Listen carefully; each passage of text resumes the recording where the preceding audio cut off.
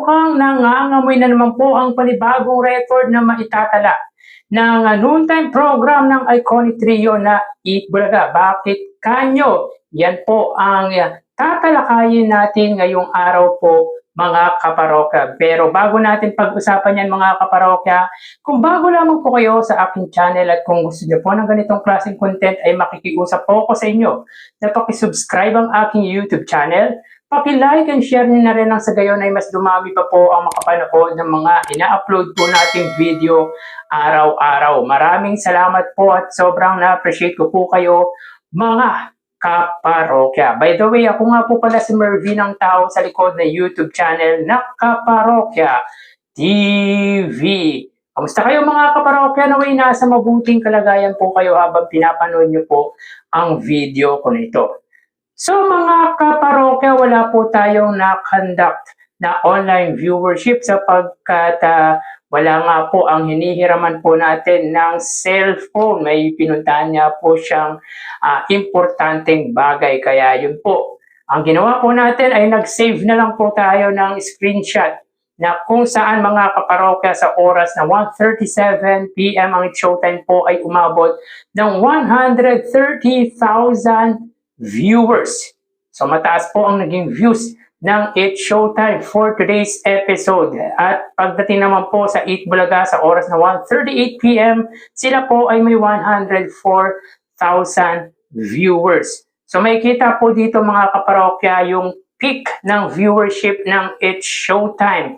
Ito po ay sa segment na Laro Peak. Samantala, pagdating naman po sa oras na 2 PM, ito po yung last segment ng It's Showtime. So, dito may kita po natin, sila po ay may 76,000 viewers. So, from 130,000 goes down to 76,000. So, malaki nga po ang binaba ng It's Showtime. Samantalang ang Eat Bulaga, kahit mga late minutes, ay umaabot pa rin po ang viewership nila ng more than 100,000. At ito nga po ay 107,000 sa oras na 2:20 PM. So dito may kita po yung consistency ng viewership ng Eat Bulaga at yung inconsistent naman po ng It's Showtime. Pero di po natin po pwedeng baliwalain ang 130,000 views na naabot ng It's Showtime ngayong episode. Ito po kasi talaga, mga kaparokya, ang nagagawa, epekto rather, ng presensya ni Vice Ganda. At kanina nga po, mga kaparokya, ay may muling nagbabalik. Tama po, mga kaparokya, kanina nga po ay muling nagbalik ang Diyosa ng madlang people na si Ann Curtis. So a couple of months nga po nating hindi nakita si Ann Curtis sa It's Showtime. Kung nakaraang araw nga po or nagdaang mga araw ay si Vice Ganda nga po ay almost a month nga pong di nasilayan sa It's Showtime. Si Ann Curtis po ay mahigit or kulang-kulang 2 buwan nga po nating hindi nasilayan si Ann Curtis sa It's Showtime. Yan nga po ang magaganda, or yan nga po ang maganda sa mga noontime program. Kahit umabsent po sila ay okay lang. Pero wag naman po sana palaging absent. Sila, Vice Ganda, Ann Curtis lamang po ang nakakagawa niyan. Kahit yung mga main host ng Eat Bulaga, sila lamang po ang nakakagawa ng pag-absent ng matagal. Pero yun nga po, mga kaparokya, ang solid na makita, mga kaparokya, na kumpleto ang host ng It's Showtime. Nandito po si Vong Navarro, Jong Hilario, Vice Ganda at Ann Curtis. Minsan na lang po natin makita na magkakasama ang may tuturing nating main host ng It's Showtime. Pero ang pinakamukha nga po ng It's Showtime ay walang iba kundi ang unkabogable star, Vice Ganda. So it was nice to see Ann Curtis again. Samantala, mga kaparokya, sa papremyong ibinahagi nga po ng dalawang noontime program, muntik-muntikan nga pong parehas nga po ang halaga ng ibibigay or mababahagi po nila sa kanilang mga participants. So kanina nga po ang showtime ay may 180,000 pesos. Tama po mga kaparokya, malaki po ang papremyong naibahagi ng It Showtime sapagkat sa Laro-Laro Pick segment ay meron nga po silang 170,000 pesos. Meaning ay nakuha nga po ang pot money worth of 150,000 ang naglaro nga po sa jackpot round ng Laro Pick. At very timely din po mga kaparokya sapagkat ang tanong nga po sa nasabing segment ay patungkol sa sports or sa basketball, which is ang mga participants nga po ng Laro-Laro Pick ay mga player, yung mga barangay na naglalaro nga po or yung mga naglalaro nga po ng basketball sa barangay. So yun nga po mga kaparokya, 170,000 para po sa Laro-Laro Pick, 10,000 naman po para sa tawag ng tanghalan. So bali ang in-announce lang mga kaparokya ay yung mga non-winner na kung saan ay nakatanggap po sila ng tig 5,000 pesos. So dito po ay 4 po ang naglaban-laban at yung dalawa nga po ay parang pumasok po sa second round at hindi nga po in-announce kung magkano nga po ang papremyong ibinigay or ibabahagi nga po sa kanila.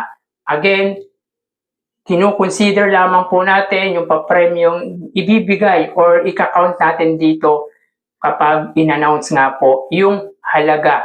Tulad din po sa Yakult na kapag hindi nga po in-announce ay hindi po natin kina-counted.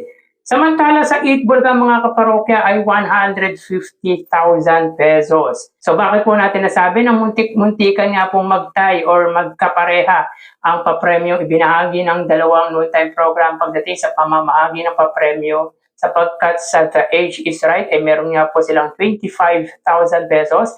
Sa Sugod Bahay ay 70,000 pesos dahil nabahagyan nga po ang natawagang winner ng 40,000 tapos tig 5,000 yung apat na bunot nga po sa bahay. At yung dalawang napili para sa yellow na hindi nga po nagwagi sa games ng Sugod Bahay. So anyway mga kaparokya, yun nga po 70,000 at sa Gimme 5 ay 55,000 pesos. So kung nakuha nga po ang jackpot sa Gimme 5 ay 85,000 po sana ang maibabahagi sa nasabing segment at magiging total po sana nito ay 150 or 180,000 pesos. So dito ay bahagyang lumamang ang It Showtime na 30,000 sa 8 bulga at kapag pinagsama po ang papremyo nila sila po ay may 330,000 pesos. So meaning in 4 days or 5 days episode, meron nga pong total ang It Showtime na 570,000 pesos at 711,000 pesos naman po para sa 8 Bulaga. So meron pong total prizes given ang dalawang noontime program na 1,281,000 pesos. So megit 1 million na po ang naibabahaging papremyo ng dalawang noontime shows. So magawi tayo sa ads na lumabas sa 8 Bulga ngayong taon at mukhang nangangamoy nga na panibagong record na naman po ang babasagin ng 8 Bulaga when it comes sa advertisement or sa ads count na nakukuha nga po nila araw-araw. So, sila po ay merong 84 TV ads at meron nga po silang 4 gaps kanina. Sa unang gap ay 23 ads, sa pangalawa ay 24, 19 naman po sa ikatlo at 18 ads naman po sa huling gap or sa gap 4. So again, 84 TV ads po ang total ng commercial load na nakuha ng 8 Bulga ngayong episode. So, meaning mga kaparokya, in 5 days episode, meron na po silang 389 TV ads. Bali, ang pinakamataas na ads or number of ads sa loob ng isang linggo ng 8 Bulga ay 434 TV ads. So, kung magtuloy-tuloy ang pagtaas ng advertisement ng 8 Bulga para bukas na episode, ay malamang sa malamang ay maabutan or mabasag nga po ng 8 Bulaga ang highest number of ads nila in a whole week. So 45 ads na lang po ang kailangan para malagpasan niya po ng 8 Bulaga ang advertisement nila sa loob ng isang linggo. Bagay na malamang mga kaparokya ay malagpasan niya po ng nasabing noontime show. So yan po ang update natin para sa dalawang pananghaliang programa dito sa bansa. Magpapaalam na po tayo mga parokya. Magsingat po tayo palagi. Thank you and God bless.